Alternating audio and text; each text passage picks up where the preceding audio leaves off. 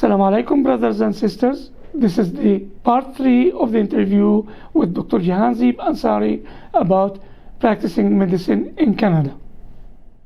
So now the topic or the topic that I wanted to talk about is basically the options that lead to supervised practice, or in other words, the backup.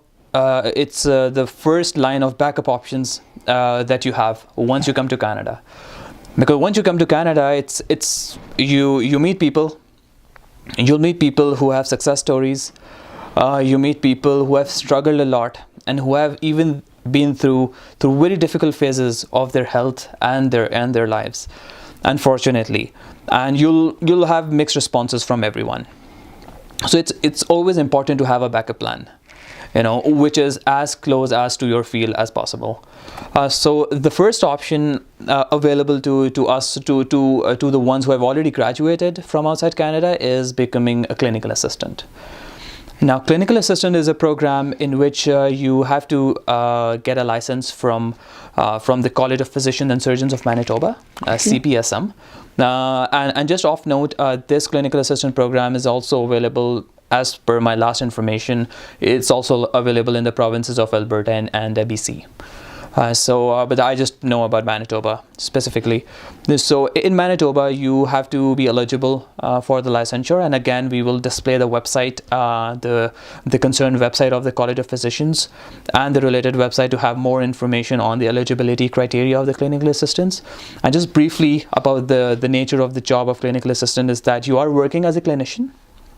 Your job post is as you're working as a clinical assistant, and you work as a clinician. You take histories. You deal with the patients depending on the specialty or the department that you're working in. You might be working in outpatient, or you might be working in inpatient, depending wherever you are working in. So you work in that position. You should have that license. You should have a job before you apply for that license. So it's a very different kind of stream. So what are the requirements? I mean, if I'm a doctor coming from outside, I did part 1C in Britain, and I have my IELTS. Okay. And then I want to be a clinical assistant. In addition to these exams, for example, part 1, the QE1 exam that we talked about, and IELTS, of course, you should also have a clinical exam passed, like a NAC-OSCE exam. Okay. The second exam that we talked about. If you don't have that exam, there is still an exam that is specific to the clinical assistants, and the link that we're giving for this clinical assistant position, it has all the details of it. I'm asking this question because my doctor in Dubai before I come here, and he was a great one with masters really. Okay. And he did 2 of the exams but didn't do the 3rd one yet. Okay. That time. And he was telling me, I said to him, come in Manitoba because I know you will find some chances. He said, if you guarantee to me that I will come, or I will practice or work in my field, anything, I will come to Manitoba. Yeah, and no one can give this guarantee, to be honest. I know, but I mean, this. if he knows that if he does something, it will lead to. Exactly. And as you rightly said, in addition to those exams, you must have at least the NAC-OSCE exam or QE2 to be eligible for this position. And once you're eligible, you look for jobs. There's a specific website that WRHA, or the Winnipeg Regional Health Authority's website, that posts vacancies for the clinical assistants, and you can apply. And I personally have applied to these positions. I even got an interview for this position. I didn't get accepted, but I got an interview. So people do get interviews, and it's a part of the game. I've been through so many rejections before. People have to be accustomed to it. They have it that, you have to. Okay, we are applying. We have an interview. We have not accepted. And you got rejected. And be smiling. No, exactly. That's. It's not the end of the world. And I learned so much from that failure. When I didn't get accepted, I was so confident about it. I thought I would be be a good candidate for it, and I didn't get into it. So, but alhamdulillah, I think, but one door was closed, another door was opened for me. So, alhamdulillah, I got matched to the best of the programs. You keep your face. Yeah, so that's one of the programs. The second one is a kind of a more structured program. It's known as you can work as a physician assistant. So the first one was clinical assistant, CA, the short form of CA, and physician assistant is a PA. Now, physician assistant is a formal degree program that you can do in University of Manitoba. Okay. The degree is MPAS, it's Master of Physician Assistant Studies. People from different backgrounds, if you're a nurse back home, if you are even here, if you're a pharmacist, if you have some sort of healthcare background, you can apply as a physician assistant. Any something, dollars. All those people are interested with the money. Yeah, I honestly don't know about their current fees, but now we're showing another link for that. Rough figure. I have to look into it. Okay. I've never looked into it. We will come back to you with the numbers. Put it in the details. Oh, exactly. Yeah. No, and even the link that we're going to show that is specific to the physician assistant, it has everything there. Okay. It is all the fee structure there. You go to the link. When I came to Canada, a friend of mine, when I asked him about something, it's available on the website. Yeah. Okay, it's on the link. Exactly. Man, I want answers. It's on the website. It's on the website. Yeah. Because the thing is that everything is updated there, Yes. and everything changes over time. We are not having that habit. Exactly. Yeah. When we come from back home, usually we ask. Exactly. And we want somebody to tell us. Here they tell you the website. No, I totally agree with you. And yeah, even on the website. So this website would have all the information regarding the eligibility criteria. And just briefly about this position is that it's a kind of a 2-year program. The first year is totally didactic, so you get to study, and you get lectures and presentations and tutorials on different fields of medicine. It's a very intensive first year. Then when you have to learn a lot of things in just 1 year, it's like a mini medical school that is consolidated in just 1 year. Okay. And then the second year, I think there is a 13 months of supervised training, kind of an internship that you do in different hospitals in Manitoba. People are getting paid for that? Or no, this is you have to pay for these 2 years. So you're a student basically. I thought that I'm paying. Yeah. So you're basically a student in these 2 years. Okay. So this is like a degree program. Okay. After 2 years, then you're eligible. Then you graduate as a physician assistant, and then you can apply to different positions. Now, people might think that why would I pay if I can get a job as a clinical assistant? The sad part is that now most of the job positions that open for either clinical assistant or physician assistant, most of the jobs go to the physician assistants because they are their local graduates.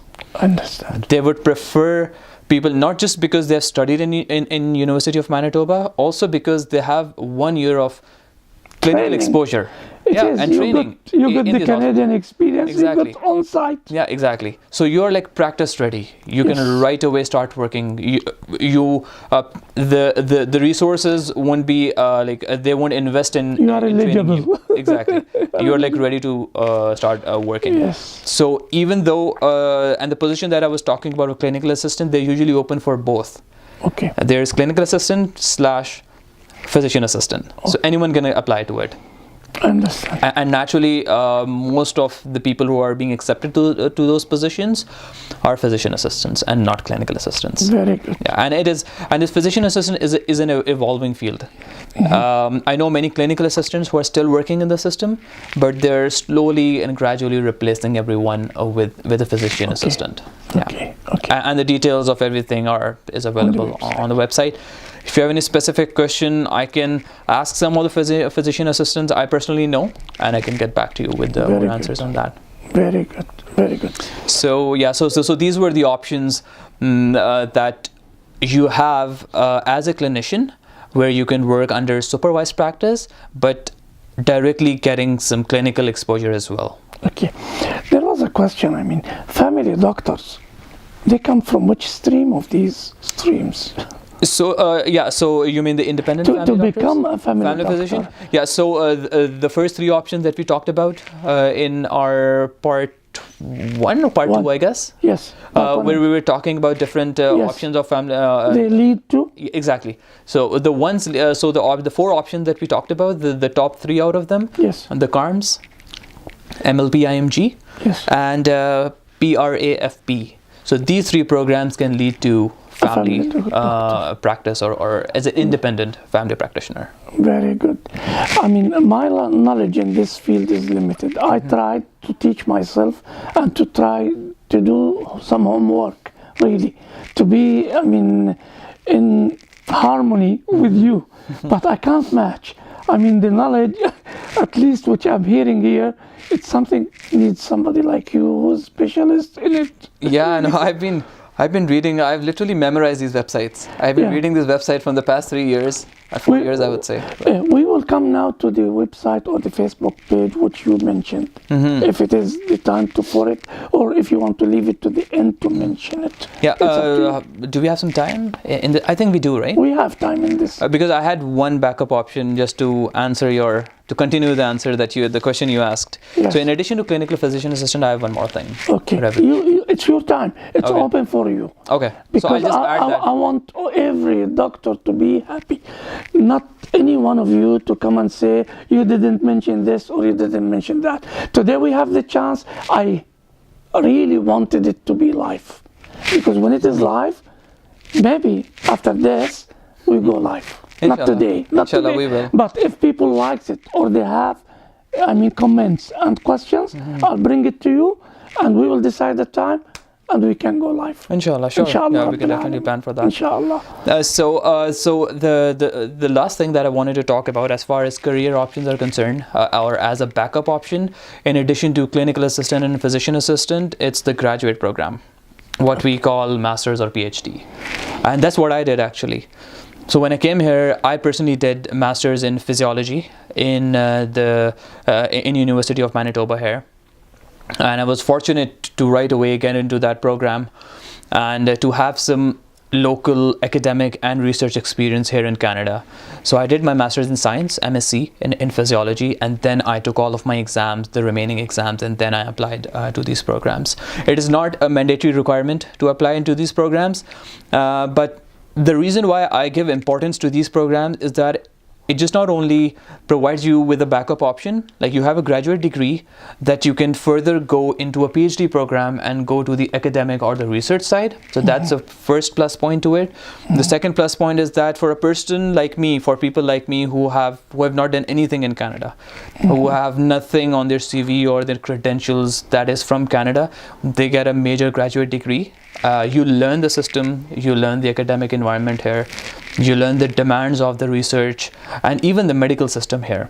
It's different. Exactly. It's different. Yeah, and it helped me connect to the medical professionals within the university, because Manitoba is a huge province by surface, but population is pretty small, and most of the population is concentrated in Winnipeg. Yes. And there's only one major state university, that's the University of Manitoba.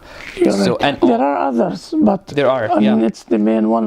As far as medicine is concerned, yes, the only medical school is in University of Manitoba, and all the medical the training programs, they are all conducted through University of Manitoba, which is in Winnipeg. Yeah, so exactly, which is in Winnipeg.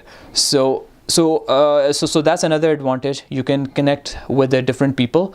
You can have some publications, some research publications that could benefit you in the long run, and you can learn some good research skills that you might take advantage of even in your practice.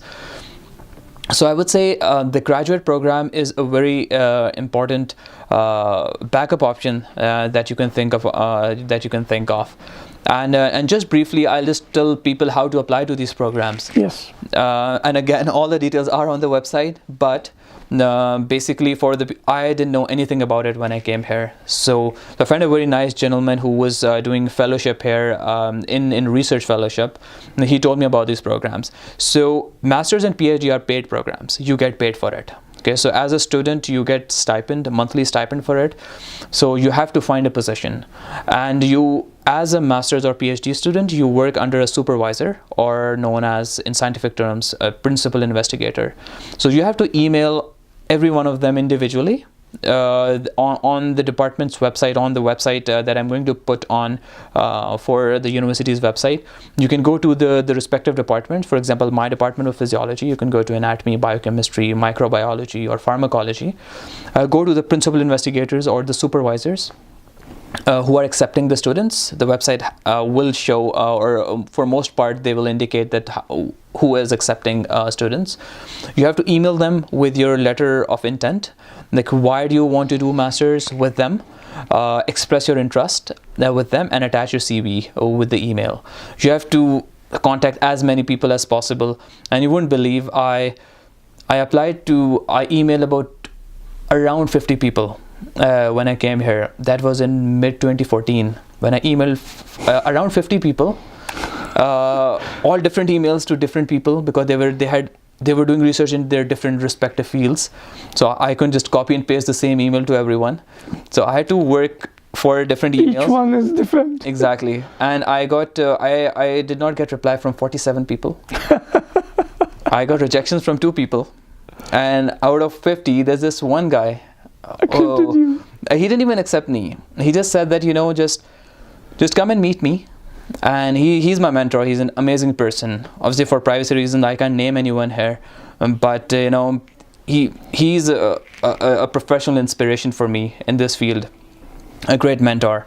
He said that I might not be able to help you in the way you want, but just come and meet me, and we will discuss some options. Mm-hmm. So it was a very informal discussion that we had there. And I finally got accepted within 1 to 2 hours of that discussion. So alhamdulillah. So I did my master's. Anyway, the reason why I told you my story was you have to contact everyone. You have to get out and talk to people. Doctor, it's important. I mean, your story is important. People want to know these things because it's a dilemma.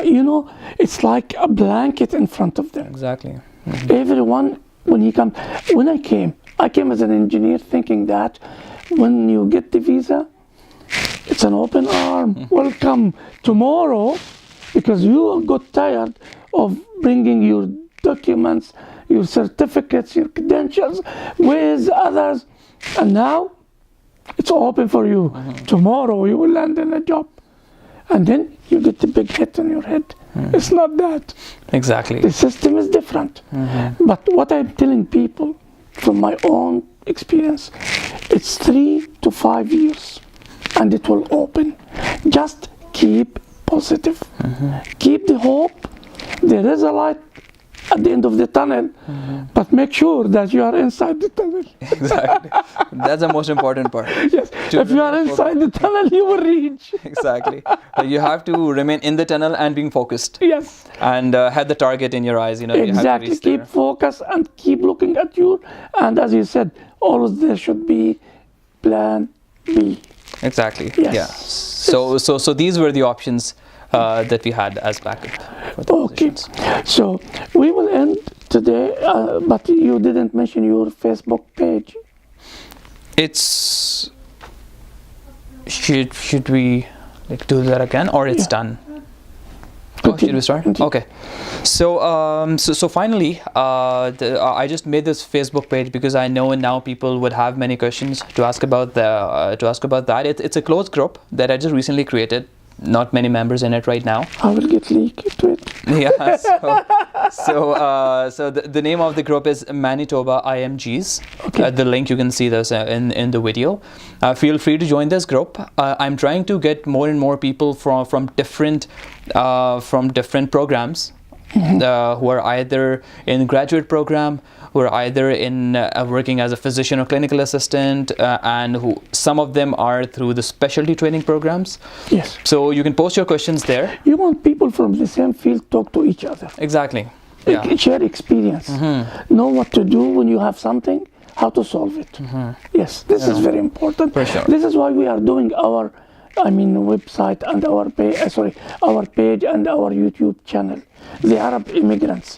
We are having these. I have done something different.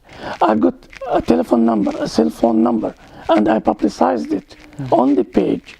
So for people who want to have questions, you can send your questions, recorded audio, or written to that number at the Arab immigrants. The Arab immigrants. In Arabic, المهاجرون العرب.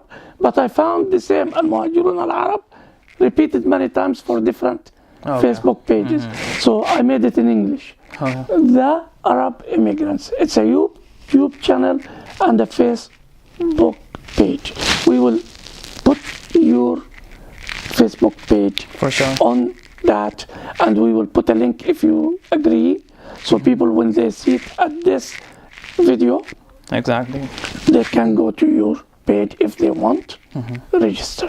Oh, no, absolutely. And you know, once we have so many people from different specialty, from different school of thoughts within that group, I think we'll have a good group in the coming years or even months. For me, that was a great discussion. Thank you very, very much for being my guest today, Dr. Jahangir. No, thank you so much. Thank you for having me. Thank you. Take care. Thank you very much, brothers and sisters, for watching this episode. If you have any more questions, just leave a message or send an email or write a note, and we will come back to you with another episode to cover all your questions. Assalamu alaikum wa rahmatullah.